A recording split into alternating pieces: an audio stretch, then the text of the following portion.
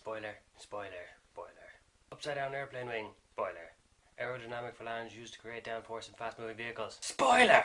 Spoiler. Spoiler. Let's talk about Movies. What's up, internet? My name's Technical Guy. Let's talk about Oz the Great and Powerful.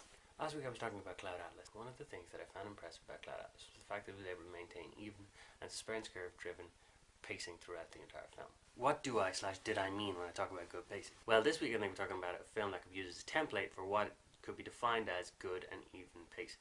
That is to say, it was noticeable the way the story moved from plot point to plot point, building and releasing tension without the audience ever losing suspense and disbelief. Though pacing isn't very controversial or interesting to talk about when talking about films, I think it should always be applauded when a film pulls it off well.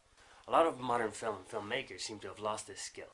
Whenever you find yourself in a film that's less than 2 hours long and find yourself wishing it would end soon, that's because the director screwed up on pacing. Oz the Great and Powerful is actually almost 2 hours long, and at no point through the entire film did I feel like I was being rushed. This was achieved in this situation through good writing and attractive cinematography. Transition! 3D in films have many reincarnations over the years, but most of them have been doomed to fail. In its latest iteration, however, it seems to have taken a foothold. It's lasted longer, at least according to the research that I've done, than any other 3D reincarnation from the past. The technology has gotten to the stage that you can now tell the difference between good 3D, which has been filmed in 3D, and terrible, headache-inducing 3D, 2D films that have been rendered in 3D. The trick still relies on forced perspective, which is why so many people still suffer headaches when watching it. But I think it's developed a more organic feel. The problem is this technology eats up budget, so the question becomes, can a film afford to use 3D technology and sacrifice the money it could be spending on good actors and writing?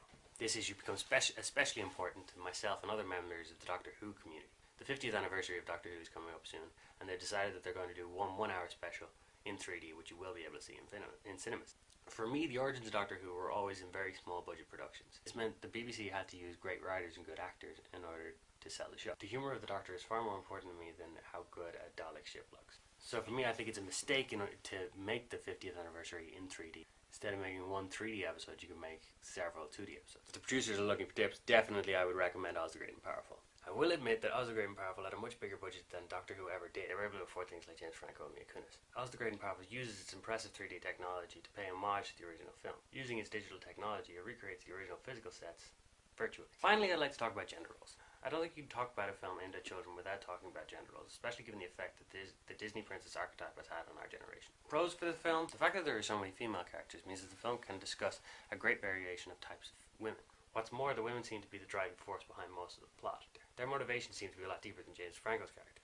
James Franco is only in Oz looking for wealth and power, whereas the female characters are involved in one of the oldest struggles between good and evil. However, the list of cons is rather impressive for this film. The motivation for the Wicked Witch turns out to be that she was spurned by a man. This dependence on male characters extends right through the world of the film. The prophecy demands that a wizard and a wizard only can be the one who controls Oz. Otherwise, the sisters would have solved the problem before James Franco shows up. Also, as we know from the original Wizard of Oz, the Wicked Witch eventually ends up harming another woman. The idea that male oppression could lead to females attacking each other is inherently anti-feminist. However, I think on the whole, the film comes out marginally on the pro-female side. The film passes the Bechdel test, link in the description, relatively well when two wicked sisters have a conversation about the good sister. But the fact that this conversation seems to imply an inherent evil in women is kind of dodgy.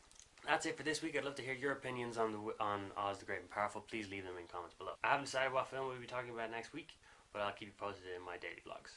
Till next week, may your cinema experiences be full of comfy chairs and tasty popcorn. P.S. If any designers out there would like to design the thumbnail for this series, I would be much obliged.